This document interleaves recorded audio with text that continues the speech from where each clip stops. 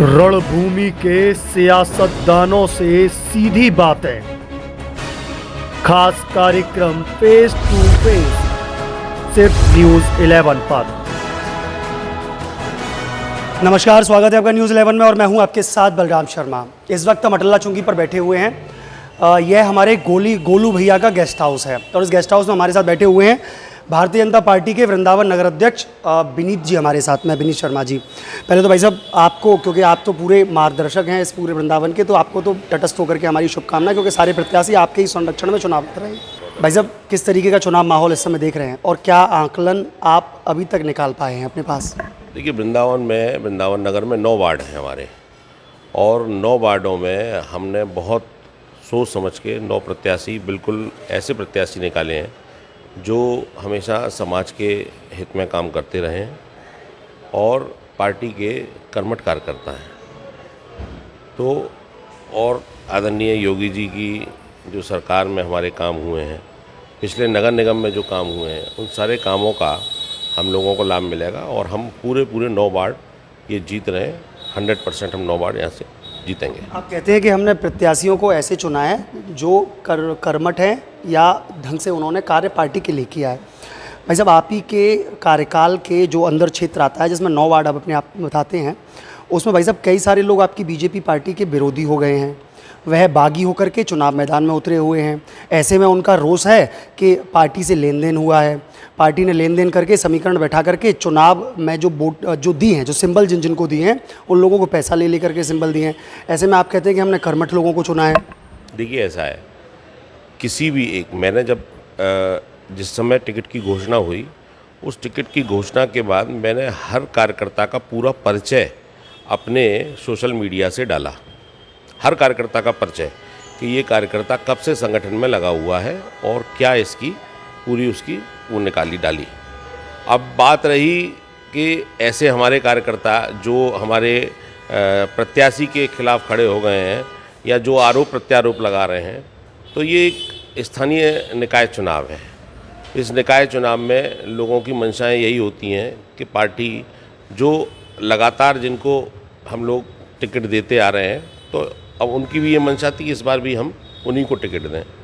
जबकि पार्टी स्तर पर ऐसा होता है कि बाकायदा एक स्क्रीनिंग कमेटी होती है, उस स्क्रीनिंग कमेटी में उन सारे नामों पर चर्चा होती है। कोई एक व्यक्ति, अगर मैं ये चाहूँ कि मैं कब अकेला 9 पार्षदों की टिकट फाइनल कर दूं, तो नहीं। भाजपा में ऐसा नहीं है, बसपा और सपा में तो ये संभव है, वहाँ वन मैन शो है, वहाँ एक व्यक्ति एक ही जो है क्या कहते हैं वो टिकट फाइनल होती है। लेकिन हमारे यहाँ ऐसा नहीं होता, हमारे यहाँ पूरी स्क्रीनिंग कमेटी बैठती है और यहाँ भी स्क्रीनिंग कमेटी की बैठक पूरे 24 घंटे चली। एक वार्ड पे एक पैनल पे पूरा डिस्कशन हुआ और तब जाके ये 9 नाम फाइनल हुए। इसमें अगर देखा जाए तो आपको नहीं लगता है कि कुछ नाम ऐसे चुन लिए गए हैं जो कि कभी इस तरीके की रूपरेखा में नहीं आए?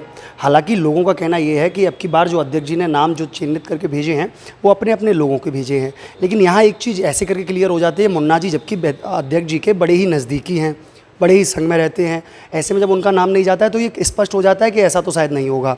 लेकिन फिर भी लोग कहते हैं कि उन्होंने अपने चुनिंदा नाम रखे और रखने के बाद में स्क्रीनिंग कमेटी की बैठक में उन्होंने इस बात को बड़े ही मुद्दे के साथ उठाया कि नहीं, ये लोगों को टिकट मिलनी चाहिए।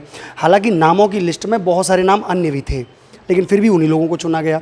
तो ऐसे में कहीं ऐसा नहीं लगता आपको कि कहीं चूक हुई है, जो ये लोग बागी हो गए हैं, मैदान में उतरे हुए हैं, या उनसे बीजेपी को खतरा मतलब उठाने वाली बात है? क्योंकि देखिए, जिस तरीके से देखा जाता है, वार्ड नंबर 9 की अगर बात करूं तो श्याम सुंदर गौतम जी उतरे हुए हैं। इधर अगर आपकी वार्ड नंबर 66 की बात करूं तो वहाँ से जो पंकज अरोड़ा जी हैं वह वहाँ बागी हो गए हैं आपके बीजेपी के। वहीं अगर वार्ड नंबर 50 की बात करूं तो वहाँ से आपके राधा वल्लभ शर्मा जी बागी हो गए हैं। तो ऐसे में कहीं ऐसा नहीं लगता है आपको? और जबकि राधा वल्लभ जी के वार्ड में तो पूर्व chairman Jagdish Sharma ji full support करने पर उतरे हुए हैं। तो ऐसे में नहीं लगता कि विरोधाभास हो गया पार्टी में अब? ऐसा नहीं है। देखिए, पार्टी व्यक्ति का निर्माण करती है, हमारे यहाँ व्यक्ति पार्टी का निर्माण नहीं करता।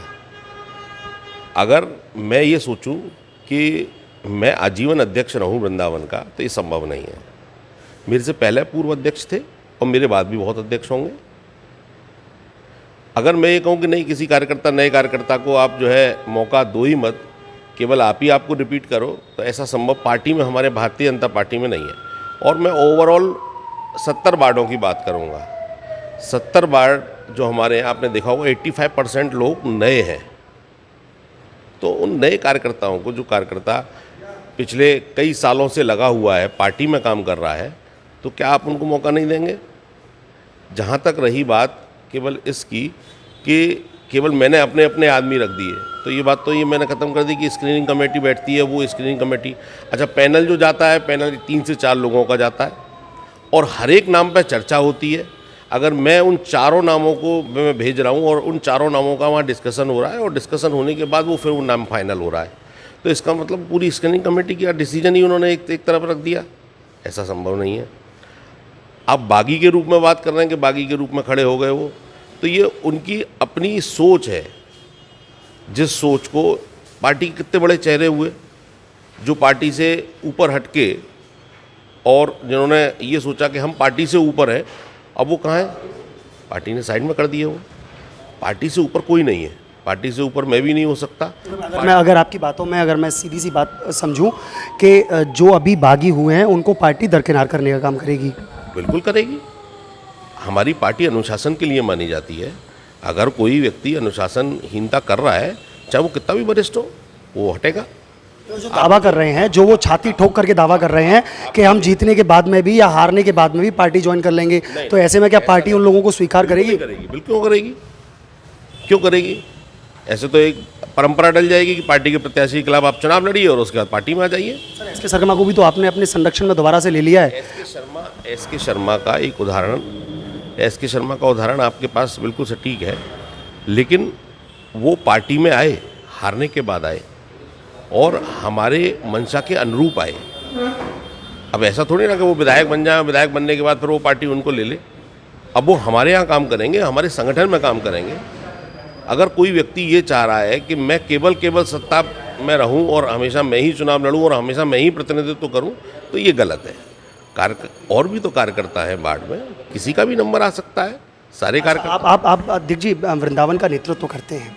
वृंदावन के सभी जितने भी बीजेपी के कार्यकर्ता या पदाधिकारी हैं, उन सबका नेतृत्व आप करते हैं अध्यक्ष होने के नाते से। ऐसे में भाई साहब, आपने उनको समझाने की कोशिश नहीं की, जो बागी हुए हैं, जो प्रत्याशी आपके बागी होकर के चुनाव लड़ रहे हैं, जो आपकी बीजेपी का सिंबल लेकर के चलते थे आज तक, वह आज बागी होकर के चुनाव लड़ रहे हैं, तो क्या ऐसे में आपकी ये रिस्पॉन्सिबिलिटी नहीं बनती थी कि आप उनको समझा करके आएँ, जबकि वो कहते हैं हमारे पास कोई आया ही नहीं? बिल्कुल गलत सूचना है। मेरे जब तक उन्होंने नॉमिनेशन नहीं किया था और जब तक नॉमिनेशन की लास्ट डेट नहीं निकली थी, वो मेरे परिवार का एक हिस्सा थे। और चूँकि वृंदावन में मैं अध्यक्ष हूँ, परिवार का मुखिया हूँ, इस नाते से मैंने प्रत्येक के घर जाके, और मेरे साथ देवेंद्र शर्मा जी भी थे, पार्टी के और वरिष्ठ लोग भी थे, हर व्यक्ति से संपर्क किया, समझाया। और इवन कुछ लोग तो ऐसे थे कि जिन्होंने ये कहा कि नहीं ठीक है, पार्टी सर्वोपरि है और उसके बाद फिर वो चुनाव में खड़े हुए। वार्ड नंबर 69 की बात करूं अध्यक्ष जी, तो वहाँ से लोगों में थोड़ी सी भ्रांतियाँ बनी हुई है। इधर विपक्षी पार्टी के जो निर्दलीय खड़े हुए हैं प्रधान जी, वह कहते हैं कि ये जो प्रत्याशी बीजेपी ने उतारा है, सरस सैनी जिनका नाम है, वो कहते हैं कि ये व्यक्ति तो इस 69 है ही नहीं, ये जो व्यक्ति है ये वार्ड नंबर 70 का है, तो ऐसे में यहाँ से इनको चुनाव लड़ाया जा रहा है। इधर अगर दूसरी शब्दों में सुनना चाहें तो उनको ये कहा जाता है, जैसे सोशल मीडिया पर आजकल देखा जा रहा है कि उनके कुछ साइबर क्राइम में भी वह जेल जा चुके हैं, तो ऐसे प्रत्याशियों को चुन करके आप चुनाव लड़वा रहे हैं। पहली बात तो ये कि उन पर कोई आरोप प्रत्यारोप साबित अभी तक नहीं हुआ है। जेल तो गए हैं, विचाराधीन है। मैं अगर किसी की व्यक्ति की रिपोर्ट करा दूं और उस रिपोर्ट में वो जेल चला जाए तो वो अपराधी तो नहीं है। न्यायालय से अगर विचाराधीन अगर कोई चीज़ चल रहा है, न्यायालय इसका जो है संज्ञान लेगी। हम और आप इसका संज्ञान नहीं ले सकते, समझ रहे हैं आप। और जहाँ तक रही वार्ड, दूसरे वार्ड की बात कि वो दूसरे वार्ड से लड़ा है, तो ये पार्टी का नहीं, ये देश का संविधान कहता है कि अगर मेरा नगर निगम में कहीं भी वोट है तो मैं नगर निगम के किसी भी वार्ड से लड़ सकता हूँ। पार्टी को ये मेरा आप मतलब नहीं समझे। मैं ये नहीं कह रहा कि वो वार्ड कहीं और से रहते हैं। वह कहते हैं कि ये इस वार्ड के तो हैं ही नहीं, इन्होंने कभी जनता के बीच में आए नहीं, इन्होंने हमसे कभी हमारे संग में मिलकर के काम किया नहीं। ये पूर्व प्रधान कहते हैं, जो इससे पहले प्रधान रह चुके हैं, वह कहते हैं इस बात को। बता रहा हूँ, वो पूर्व प्रधान है, पार्टी में वो सक्रिय नहीं रहे। दूसरी बात, हमारे अनुसांगिक संगठन इतने हैं और सारे अनुसांगिक संगठनों की राय इसमें ली जाती है। तो वो हमारे अनुषंगिक संगठन में कार्य करते थे, शरद सैनी। ठीक है, बीजेपी में सक्रिय नहीं थे, लेकिन अनुषंगिक संगठन में सारे में सक्रिय थे।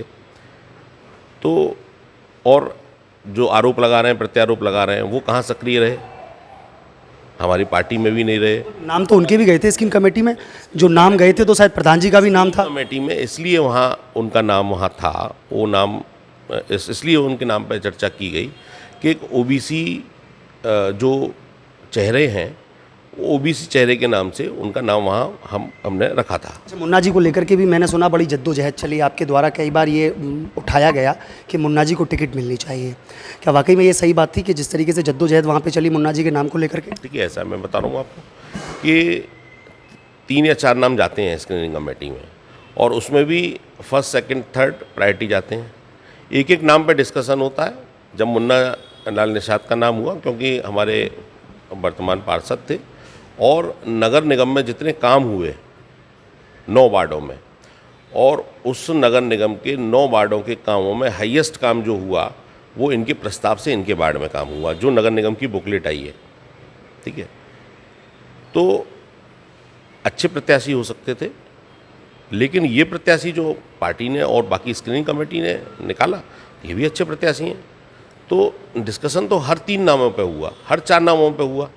वैसे आप कहते हैं कि 9 वार्ड हमारे अब की बार विजयी वृंदावन से होते हैं, ऐसे में आप कौन कौन से वार्ड को देख रहे हैं? मुझे तो थोड़ा सा समीकरण बिगड़ा बिगड़ा सा दिखाई दे रहा है भाई साहब। और अगर राजनीति के ज्ञाताओं की या जिनमें राजनीति में इंटरेस्ट रखने वाले लोगों की अगर बात करूं, तो वहाँ पर भी चीज़ें लोग वह कह रहे हैं कि इस समय बीजेपी की स्थिति वृंदावन में बड़ी बिगड़ी हुई दिखाई दे रही है, क्योंकि इसी के जो उन्हीं के बीजेपी के जो कार्यकर्ता थे, जो कल तक मुखर होकर के बीजेपी का कार्य कर रहे थे या जनता के बीच में रिप्रेजेंट कर रहे थे बीजेपी को, आज वही बागी होकर के चुनाव लड़ रहे हैं। तो बोले ऐसे पे सीधा सीधा प्रभाव जो पड़ रहा है वो बीजेपी पे पड़ रहा है। उनकी वोट बैंकों को वो लेकर के जा रहे हैं, क्योंकि वो पहले से ही उससे जुड़े हुए थे अंदरूनी। कोई 40 साल से था, कोई 25 साल से था, कोई 20 साल से था। तो ऐसे में सब लोगों का ये कहना, तो क्या वाकई में आप मानते हैं इन चीज़ों को? आज एक बात बताइए, विनीत शर्मा को अध्यक्ष विनीत शर्मा किसने बनाया? पार्टी ने बनाया। पार्टी ने बनाया ना।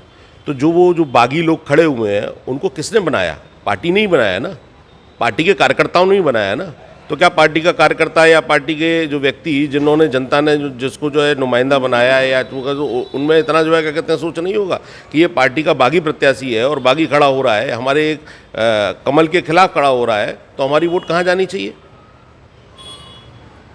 आप खुद बताइए। ये तो आदमी खुद सोच रहा है कि भाई व्यक्ति को पार्टी ने बनाया, पार्टी ने उसको एक मौका दिया प्रतिनिधि बनने का, उसने काम किया। अब उसके बाद अगर वो ये कहे कि मैं पार्टी से बढ़ के हूँ, तो ऐसा संभव नहीं है। पार्टी का हर कार्यकर्ता, पार्टी का हर बूथ का कार्यकर्ता, हर बूथ अध्यक्ष, हमारा हर सेक्टर संयोजक, हर पार्टी का पदाधिकारी, सब के सब भाजपा के साथ हैं। नहीं सर, भाजपा के साथ तो है। मेरा क्वेश्चन जो था वो ये था कि आप ऐसे में 9 सीटों को कैसे जीता हुआ कह रहे हैं, क्योंकि जब वहाँ से बागी हैं लोग तो सर वोट तो कटेंगे ना।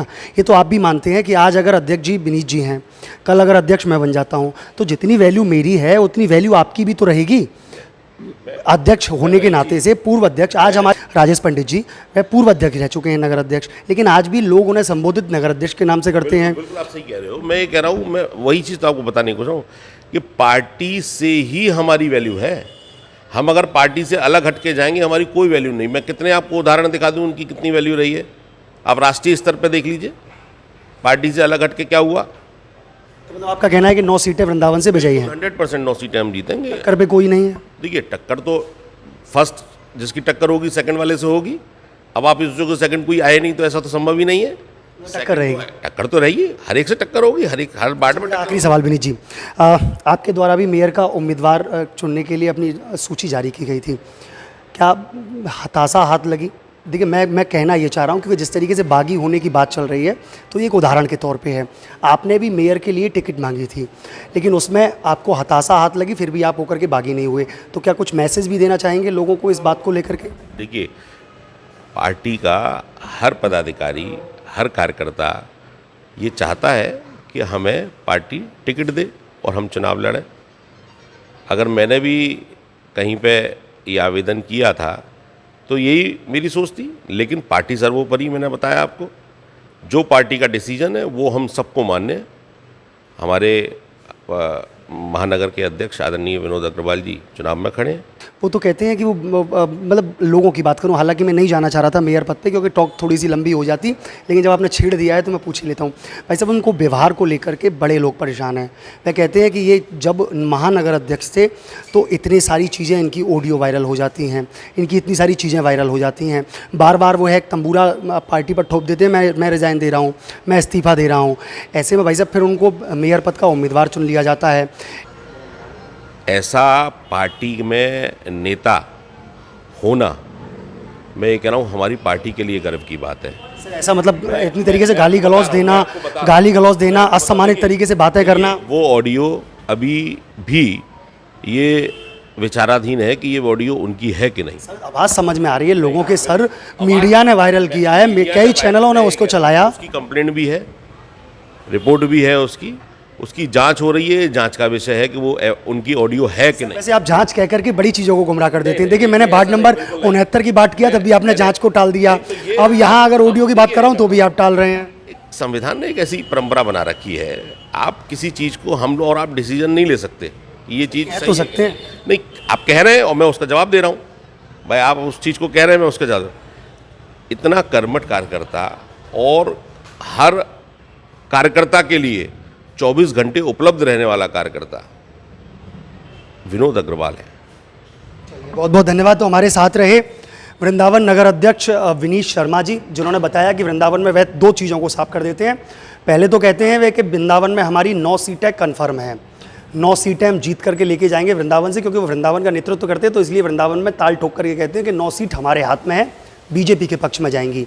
वहीं वह जो बागी प्रत्याशी हैं उनको लेकर के कह देते हैं, हालांकि प्रत्याशी बागी हुए हैं, लेकिन जिस तरीके से प्रत्याशियों का कहना है कि हम दोबारा से बीजेपी ज्वाइन कर लेंगे, तो वो साफ तौर पर कह देते हैं कि ऐसे प्रत्याशियों को बीजेपी में कोई जगह नहीं है, आगे उनको स्वीकार भी नहीं किया जाएगा। जब उनसे चुनाव की बातें करते हैं कि भाई साहब जिस तरीके से समीकरण बन रहे हैं, लोगों का विरोधाभास सामने आ रहा है, तो वो कहते हैं देखिए पूरा घर है, परिवार है, पार्टी से हम हैं, ना कि हमसे पार्टी है। तो पार्टी से हमें जब आशीर्वाद दिया गया है, मुझे नगर अध्यक्ष बनाया गया है, किसी को पार्षद चुना गया है, तो वो पार्टी ने चुना है। पार्टी उस बंदे पर विश्वास करके टिकट दे रही है, ना कि वह टिकट उसको स्वयं लेकर के आ रहा है। तो ऐसे में वह साफ कर देते चीज़ों को। और संग में वह एक जो अफवाह आजकल जो बहुत तेज़ी के साथ में घूम रही थी शहर में, लोग कह रहे थे कि अब की बार जो टिकट या सिंबल मिले हैं वह सिंबल पैसों से दिए गए हैं, उनमें लेन देन का सामंजस्य दिखाई दे रहा था, कहना था उन लोगों का। तो ऐसे में वह उसको भी साफ कर देते हैं, बोले ऐसी कोई बात नहीं है, लोगों की कर्मठता और कार्य को देखते हुए उन लोगों को टिकट दी गई है। तो यह रहे हमारे साथ में वृंदावन के नगर अध्यक्ष विनीश शर्मा जी। ऐसी अन्य खबरों को देखने के लिए जुड़े रहिए न्यूज़ 11 के साथ में। अपने सहयोगी हर्ष गोस्वामी के साथ मैं बलराम शर्मा, न्यूज़ 11 वृंदावन।